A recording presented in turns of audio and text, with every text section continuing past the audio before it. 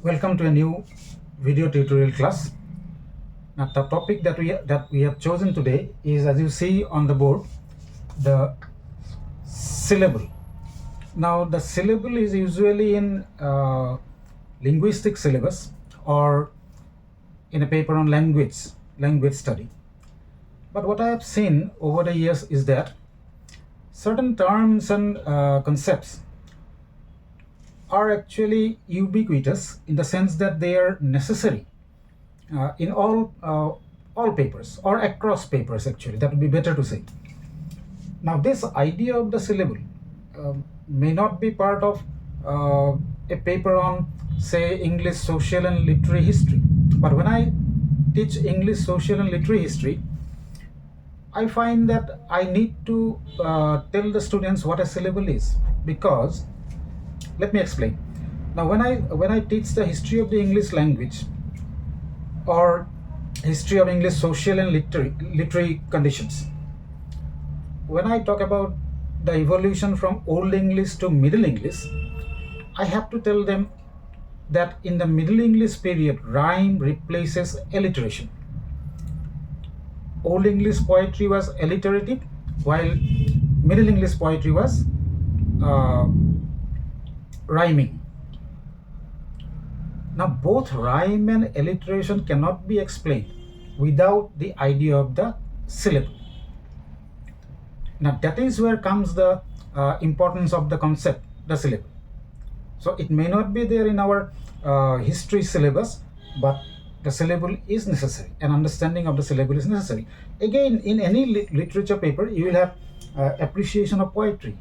Now, to appreciate poetry, you need the idea of what the syllable is. To understand meter, to understand rhyme, to understand stanza forms, you will need the idea of the syllable. That is why I have chosen the syllable as a topic today to cater to literature students and also language students, particularly English literature students. Now, what is the syllable? Now, the syllable is a unit of utterance. Utterance, or it will be more easier for you if I say unit of language. Syllable is a unit of language. Language, language is different from animal sounds or bird sounds because of the fact that language can be divided into recognizable parts. This is one of the recognizable parts of language. Now, language, or let us take a sentence. Language itself can be divided into sentences. What I am speaking now can be divided into sentences. A sentence can be broken down into clauses. A clause can be broken down into phrases. A phrase can be broken down into words. Likewise, you can go on, breaking language into smaller and smaller parts. At one point, you will get a unit which is called the syllable. Now, what is this syllable? Now, syllable, if you divide language into smaller parts, each part that contains one vowel sound, one and only one vowel sound, and remember, sound, not letter. A part of language which contains only one vowel sound is a syllable. For example, let's take the word teacher itself.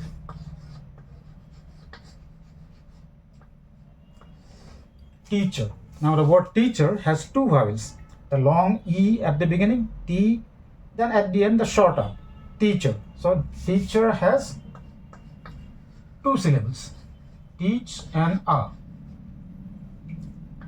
Okay, these are the two syllables of teacher. Now, don't get confused by the letters. We are talking about sounds. So, one vowel sound, one syllable. That is what a syllable is. So, bat, B-A-T, has one vowel sound, so one syllable. Now, if you talk about batting, now two vowel sounds, so batting can be divided into bat and ing, two syllables. So that is what a syllable is. A syllable is a unit of utterance which contains mandatorily one vowel sound, one and only one. It can be more than one. So now, coming to the structure of the syllable. We said the syllable has to have one vowel sound. It is mandatory. So a syllable has one vowel sound. Say a word like O. Now OH has two letters, but it has one sound. O. O is a vowel sound. So it has one, it is a word, it has one vowel sound, so it is one syllable. So that mandatory vowel sound in a syllable is called the center or nucleus or peak. Center or nucleus or peak. Now a syllable may sometimes have only one vowel sound, but it can of course have, this is vowel, it can have a consonant before the vowel, which is not mandatory, which is optional. So yeah, that vowel I'll not put under the bracket, it is mandatory. The consonant I'm putting under the bracket because it is optional. So it can have a consonant or a cluster of consonants, of course. So a word like, say, no, it has one vowel sound, O, so it's one syllable, but it is a consonant at the beginning and the vowel at the center. That consonant that comes at the beginning or before the center or the peak or the nucleus is called the onset. Onset. So onset is the consonant that comes before the nucleus in a syllable. That onset is not mandatory, it is optional. Now the syllable can also have a consonant or a cluster of consonants after the nucleus. That consonant is also not mandatory, it is optional, so I am putting it within the bracket. So a word like, say, on, O and on, now it has a vowel sound or the no. So that no is a consonant after the center or the peak. That consonant that comes after the nucleus of a syllable is called the coda. Okay, so onset, optional, center, nucleus or peak, mandatory, coda, optional. Onset is a consonant, center has to be a vowel, one vowel only, and the coda has to be a consonant or a cluster of consonants. So so in a word like, say, S-P-E-A-K-S, speaks, it has only one vowel sound, E, so that is the nucleus, but it has a cluster of consonants, two consonants at the beginning called the onset, then ko and so at the end, so two consonants at the end called the coda. Now a syllable that has a coda is called a closed syllable, that does not have a coda is called an open syllable. So now this is the structure of syllable. So syllable has a mandatory vowel which is called nucleus, center or peak. It can have an optional consonant at the beginning called an onset. It can have a consonant after the nucleus which is called coda. Consonant, remember, consonant or cluster of consonants. Now this center plus nucleus plus coda is what is called rhyme.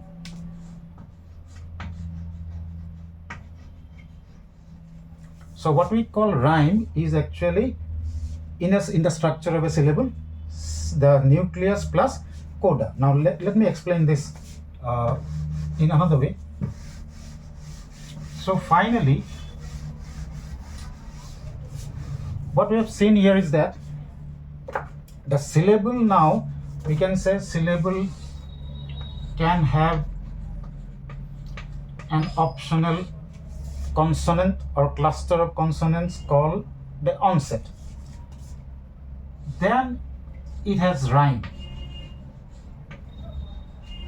So syllable is onset, which is optional, plus rhyme, and this rhyme is nucleus plus coda, which is again optional. So this is the structure of the syllable. So the syllable is a unit of utterance or unit of language which has mandatorily a nucleus, and nucleus plus the consonant which may come after it and called coda, that is called rhyme. Nucleus plus coda is called rhyme. Before the rhyme we have the onset. We may have the onset or it can be blank as well. So this is the structure of the syllable. So what we call rhyme is actually in the structure of the or in the scheme of the syllable, it is nucleus plus coda. So when we say Jack and Jill went up the hill, we say this is rhyme. So what is rhyme? In these two words, or these are single syllable words, Jill and hill, only one vowel sound each. So in these syllables, what's happening is that the nucleus and coda, E and law, nucleus and coda are the same. That is why we say that these words are rhyming. So this is what rhyme is. So to understand rhyme, we need to have an idea of the syllable. To understand alliteration as well, when we discuss alliteration, we say alliteration is the repetition of a consonant sound at the beginning of a stressed syllable. So unless we know syllable, how can we understand alliteration, or how can we understand rhyme? So that is why I thought it would be proper to have a class on the syllable, the structure of the syllables. Though in university syllabi or college syllabi, you will see the syllable actually is placed in a language paper or a linguistics paper. But literature paper should have this syllable, idea of the syllable, even if the paper is on history. Because in history, as I said, things like this are necessary, are important. Because when I talk about Middle English literature, I'll have to talk about rhyme. Old English literature, I'll have to talk about alliteration. Without the syllable, I cannot talk about both. So that is it. That was a class on the syllable. I hope this will help you in understanding not only rhyme and alliteration. It will help you understand rhythm, stress as we move forward. It will help you understand scansion, prosody, and appreciation of poetry. So I hope this will help you. Thank you.